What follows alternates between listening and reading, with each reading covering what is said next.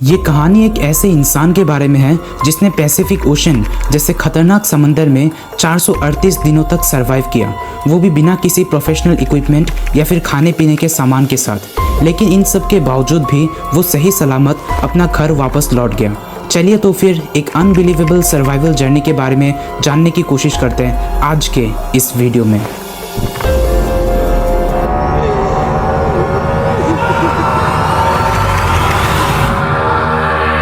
मैं जिस शख्स की बात कर रहा हूँ उनका नाम था ओजे सल्वाडोर अल्वारेंगा।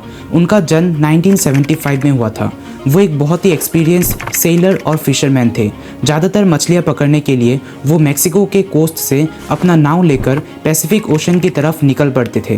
तो एक दिन 17 नवंबर 2012 में वो कोस्टा अज़ोल नाम के गांव से पैसिफिक ओशन में मछलियाँ पकड़ने के लिए निकल पड़े।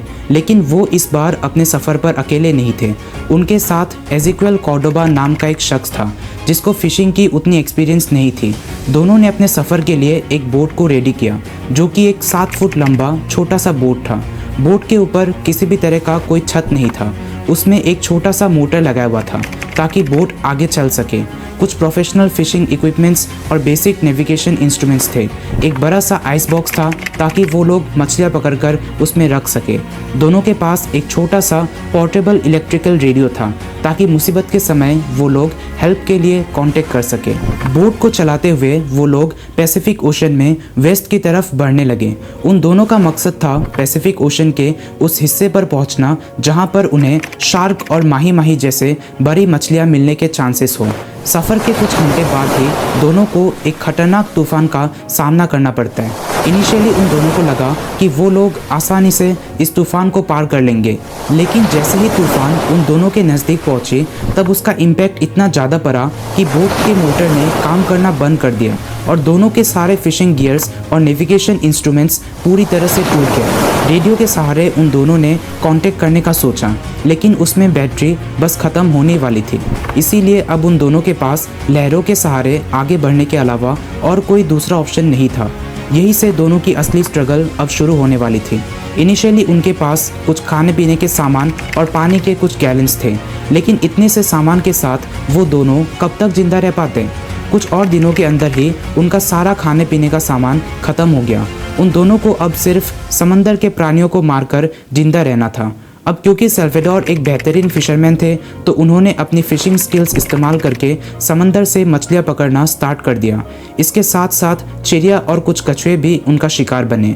अब दोनों के पास पानी तो नहीं था, इसीलिए जब भी बारिश होती थी वो दोनों बारिश का पानी पीते थे, लेकिन बारिश का पानी हर दिन मिलना मुमकिन नहीं था। इसीलिए वो दोनों ज़्यादातर कछुए का खून पीकर खुद की प्यास बुझाया करते थे। अब जैसा कि मैंने ऑलरेडी कहा कि बोट के ऊपर किसी भी तरह का कोई छत नहीं था, इसीलिए उन दोनों को कभी कड़कती हुई धूप तो कभी तेज़ बारिश दोनों का ही सामना करना पड़ता था। इन सब के चलते दोनों की फिजिकल और मेंटल कंडीशन बहुत ज़्यादा ख़राब होने लगी। ऊपर से इतने विशाल समंदर में खो जाने के कारण उन दोनों की उम्मीद बस टूटने के कगार पर थी। सल्वाडोर तो जैसे तैसे खुद को संभाल रहा था, लेकिन उनके साथी कॉर्डोबा की हालत बहुत ज़्यादा ख़राब हो चुकी थी। 4 महीने तक लगातार स्ट्रगल करने के बाद फाइनली उनकी वहीं पर मौत हो गई। अब सल्वाडोर उस विशाल समंदर में पूरी तरह से अकेले पड़ गए थे। उन्होंने कॉर्डोबा के डेड बॉडी को 6 दिनों तक उसी बोट में संभाल कर रखा, लेकिन समय के साथ साथ उनकी बॉडी डिकम्पोज होने लगी और उस छोटे से बोट में उसे रखना मुश्किल हो रहा था। इसीलिए 7वें दिन उन्होंने अपने दिल पर पत्थर रखा और फाइनली उनकी डेड बॉडी को बीच समंदर में फेंक दिया। इसके बाद सल्वाडोर का एक डेली रूटीन चालू हो गया जिसमें वो हर दिन जी जान लगाकर समंदर से मछलियाँ और कछुआ पकड़ता और बारिश का पानी पीकर खुद को ज़िंदा रखता। उन्होंने खुद को ज़िंदा रखने की हर मुमकिन कोशिश की। उसकी खुद की हिम्मत और अपने परिवार को देखने की चाह ने उसे हर वक्त मोटिवेट करके रखा जिंदा रहने के लिए। इसी बीच बोट को समंदर में तैरते तैरते काफ़ी महीने हो चुके थे और अभी तक वो मेक्सिको से 6000 माइल्स दूर आ चुका था। इस पूरे सफ़र के दौरान उन्होंने कुछ जहाज और एरोप्लेन को भी देखा, लेकिन इशारा देने के बावजूद भी किसी ने उनको नोटिस नहीं किया।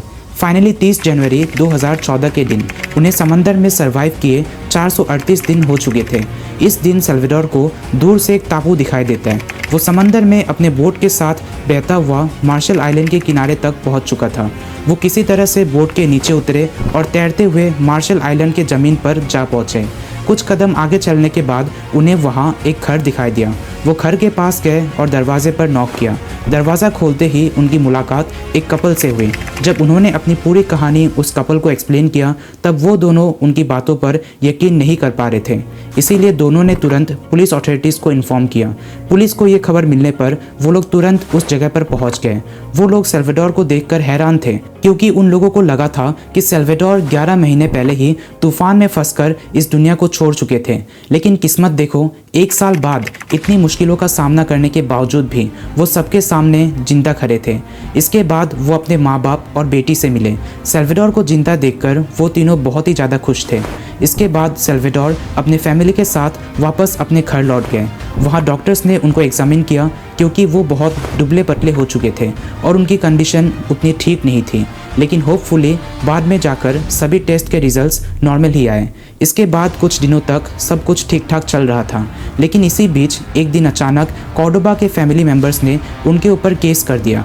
उन लोगों का कहना था कि जब कॉर्डोबा की डेथ हुई थी तब सल्वाडोर ने उनके डेड बॉडी को समंदर में फेंका नहीं था बल्कि उसे खा गया था ताकि वो समंदर में जिंदा रह सके। जब ये केस कोर्ट तक जा पहुंचा तब होपफुली सल्वाडोर के लॉयर ने उन पर लगे सारे इल्ज़ामों को झूठा साबित कर दिया।